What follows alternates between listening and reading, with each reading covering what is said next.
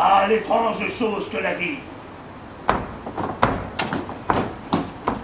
Et que je puis bien dire avec ce grand philosophe de l'Antiquité, que qui terre a, guerre a, et qu'un malheur ne vient jamais sans l'autre.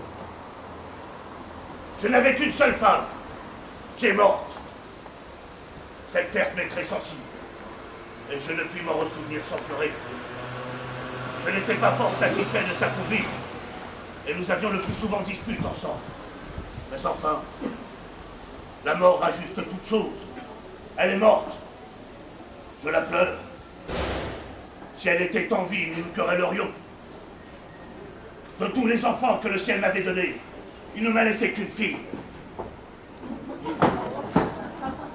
Et cette fille est toute ma peine, car enfin, je la vois dans une mélancolie la plus sombre du monde, dans une tristesse épouvantable, dont il n'y a pas moyen de la retirer, et dont je ne saurais même apprendre la cause. Pour moi, j'en perds l'esprit. Ah, voilà ma fille qui prend l'air. Mélancolie.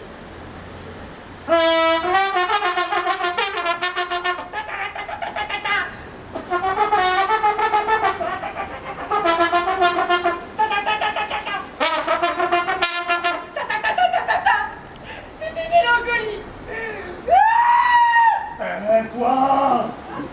Toujours triste et mélancolique comme cela, tu ne veux pas me dire ce que tu as?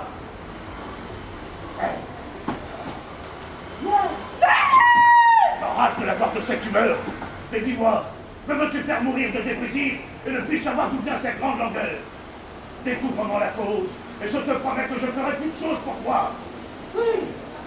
Tu n'as qu'à me dire le sujet de ta tristesse. Je t'assure ici et fais serment qu'il n'y a rien que je ne fasse pour te satisfaire. C'est tout dit. Est-ce que tu es jalouse de quelqu'une de tes compagnes que tu vois qui marque toi? Et serait-il quelque étoffe nouvelle dont tu voulais savoir un